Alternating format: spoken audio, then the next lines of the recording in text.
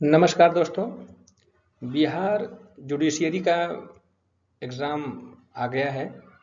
उसकी वैकेंसी निकली है और उसमें प्री एग्ज़ाम होगा, मेन होगा और फिर इंटरव्यू होगा। तो एक हम आउटलुक देखते हैं कि उसमें क्या क्या सिलेबस है। ये आपको थोड़ा हेल्प करेगा तैयारी करने के लिए, और फिर हम तैयारी कैसे करेंगे इस पर भी हम थोड़े से डिस्कशन आज करेंगे। और उसके बाद मैं प्रशासनिक विधि लूँगा और उसको मैं डील करूँगा। तो देखते हैं। पहले पूरे के पूरे एग्जाम को 3 स्टेज में डिवाइड किया गया है। प्री एग्जाम है जो ऑब्जेक्टिव होगा, मेन है जो रिटन एग्जाम होगा, और फिर उसके बाद पर्सनल इंटरव्यू है। प्री एग्जाम जो हमारा है, प्री एग्जाम ये मेमोरी बेस्ड होता है। इसमें आपको रटने की आवश्यकता नहीं, बट आपका कॉन्सेप्ट एकदम क्लियर होना चाहिए। कॉन्सेप्ट यदि आपका क्लियर है तो जैसे ही आपने 4 ऑप्शंस देख लिए, उसमें से आपको रिकॉल हो जाएगा कि कौन सा सही है कौन सा गलत है। लेकिन कुछ चीजें आपको रटने की आवश्यकता पड़ेगी, जैसे कि जो कि सेक्शन बेस्ड होगा, तो वो आपको रटने की आवश्यकता है कि कौन से प्रोविजन किस धारा में हैं। वो भी कॉन्सेप्ट पे होता है। अगर आपने चैप्टर वाइज याद किया है तो आपको बहुत जल्दी याद हो जाएगा कि हाँ, कौन से सेक्शंस वहाँ अप्लाई हो रहे हैं। फिर हम देखते हैं, आगे बढ़ते हैं। जब हम प्री एग्जाम को देखते हैं तो प्री एग्जाम में 2 पेपर हैं। पहला जीके है और दूसरा हमारा लॉ का पेपर है। तो जीके 100 मार्क्स के हैं, जिसमें कि general knowledge including current affairs हैं, और दूसरा हमारा है एलिमेंट्री जनरल साइंस। तो जनरल नॉलेज जो बिहार का पूछा जाता है वो इतना डेप्थ में तो नहीं जाते हैं, लेकिन वो क्वेश्चन ऐसे होते हैं कि रिपीटेड नहीं होते हैं। रिपीट क्वेश्चन मुश्किल से 20 से 25% बिहार में आते हैं, बाकी सब नए नए क्वेश्चन आते हैं। इसलिए वो करंट अफेयर्स को ज़्यादा टच करते हैं। करंट अफेयर्स ऐसा होता है कि जिसका कोई मीनिंग नहीं होती है, कोई मतलब नहीं होता है, और जज के लिए वो कभी कोई काम में नहीं आता है। बट फिर भी हमें एग्जाम क्लियर करना है तो हमें उसको देखना पड़ेगा।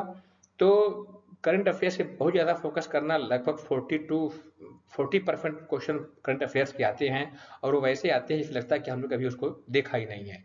तो उसको आप बहुत पढ़ना। और वो जो सब्जेक्ट हैं, सब्जेक्ट से कोई खास नहीं आता, वो जीके टाइप के आते हैं। जैसे जीके में आपका ज्योग्राफी हो गया, आपका हिस्ट्री हो गया, तो ये सब जीके का है। उसको आप जो है देखना। हाँ, एलिमेंट्री जनरल साइंस है, वो आप उसको आपको देखना पड़ेगा। जो जनरल साइंस हमें डे टू डे प्रैक्टिकल हम अप्लाई करते हैं, जो हमारे काम की होती है, विटामिन मिनरल्स, ये सब चीज़ें जो हैं, तो वो चीज़ें हमें जो है देखना पड़ेगा। खास तौर से ह्यूमन के हेल्थ को लेकर के आपको ज़्यादा अवेयर रहना पड़ेगा। उसके बाद जब हम आते हैं प्री एग्जाम में सेकेंड पेपर की तरफ, लॉ का पेपर हमारा ये है। लॉ का पेपर है 150 मार्क्स के ये हैं। इसमें अगर हम देखें तो law of evidence and procedure है, यानी कि सीपीसी एंड सीआरपीसी इसी में मिल जाएगा ये आपको। फिर constitutional and administrative law of India मिलेगा।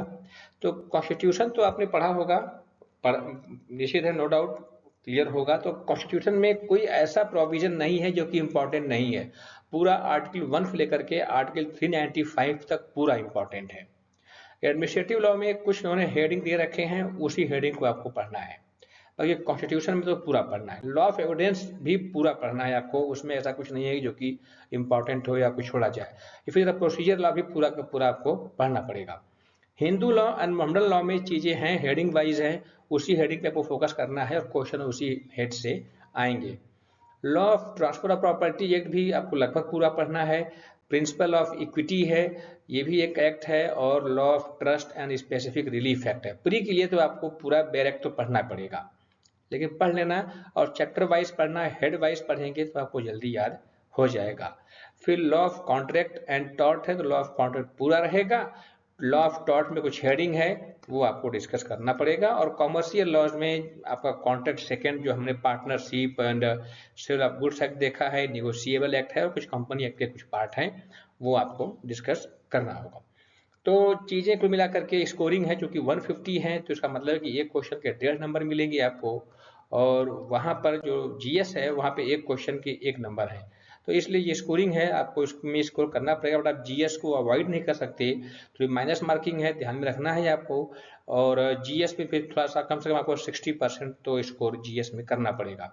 जो नहीं आ रहा है, लालच में आकर के उसको जो है मत अटेम्प्ट करिएगा।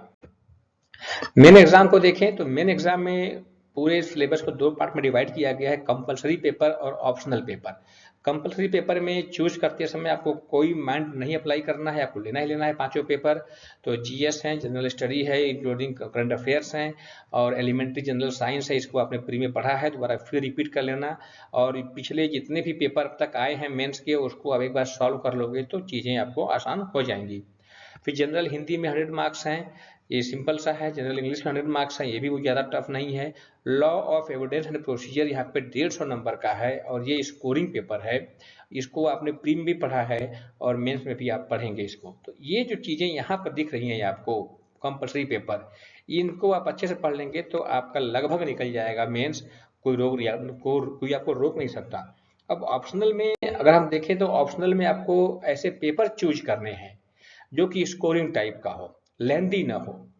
तो अब अगर हम उस हिसाब से देखें जो बजट टेक्निकल भी ना हो, क्योंकि टेक्निकल पेपर ऐसे होते हैं, जैसे थर्ड पार्ट देखें हम, transfer property act, principle of equity, law of trust and specific relief act. इस पेपर को जब कोई चेक करने जाता है तो कोई मन से नहीं पढ़ता इसको चेक करते समय, और वो जनरल स्कोरिंग कर देता है।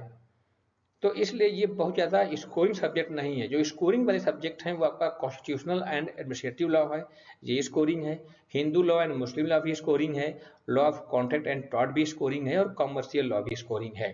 तो कॉमर्शियल लॉ में भी अगर देखें, sale of goods and partnership and company and negotiable instrument act, तो ये भी बहुत ज़्यादा स्कोरिंग नहीं है, क्योंकि टेक्निकल सब्जेक्ट है। कोई बहुत इसको जब चेक करता है कॉपी ना, तो इसमें बहुत ज़्यादा केस डाउट उपकरण नहीं, तो इंटरेस्टिंग नहीं है, तो लोग बेमन से चेक कर देते हैं। तो एक तरह से 3 नंबर और 5 नंबर के जो सब्जेक्ट हैं, इसमें जनरल मार्किंग आती है, लेकिन 1, 2 और 4 नंबर की जो मार्किंग होती है, स्कोरिंग होती है, वो अच्छी होती है, क्योंकि इसको सब पढ़ करके चेक करते हैं, मन लगाकर चेक करते हैं, तो वो मार्क्स देते हैं अगर सही लिखा हुआ है तो इसलिए मैं रिकमेंड करूंगा कि कॉन्स्टिट्यूशनल एंड एडमिनिस्ट्रेटिव लॉ आप लोग लीजिए, 150 नंबर का है। फिर उसके बाद Hindu law and modern law लीजिए, ये भी 150 नंबर का है, हालांकि सब 150 नंबर के हैं। And law of contract and tort जो लीजिए, ये भी आपका स्कोरिंग पेपर है, क्योंकि सभी लोग इसको जानते हैं, वेल अवेयर है। लेकिन यह है कि आपको सबसे मेहनत करना पड़ेगा, तब इसमें आप अच्छे से स्कोर गेन कर पाएंगे।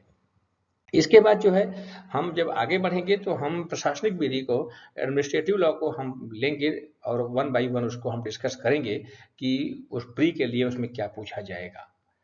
तो धन्यवाद, आज के लिए इतना ही। बने रहिए हमारे साथ। हम बिहार प्री के लिए प्रशासनिक विधि का के नोट्स हम लेकर के जल्द आएंगे।